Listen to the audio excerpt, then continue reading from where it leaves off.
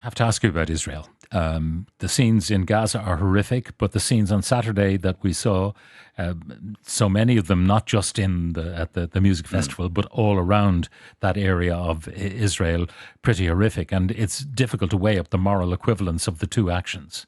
Well, but there isn't a moral equivalence. Attacks on civilians are always wrong. They constitute war crimes. Taking of hostages, in my view, is always wrong.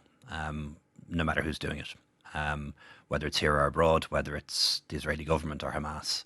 And as an Irish government, we're very clear on that. I was horrified to see the events happening in Israel. And let's not forget, Hamas didn't just attack Israel. It killed and took hostage citizens of countries from all over the world, from Thailand to America to the UK. One of our own citizens unaccounted for at the moment.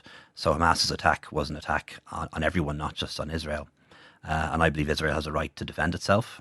It's surrounded by enemies who want to destroy it, but it has to do the so in a way that's desolation that we saw proportionate. in Gaza is quite extraordinary. I mean, literally, Yeah. it reminds me of what happened to Grozny, for example, or what happened in Syria when the Russians laid waste to entire cities. It's pictures like that. Well, it's not quite on that scale, but I do fear that the response from Israel will be disproportionate. That many Palestinian civilians will be killed, will be injured, will suffer, and we're calling for restraint. Do you see any international mediator on the horizon, anyone whose credibility would be good with both parties?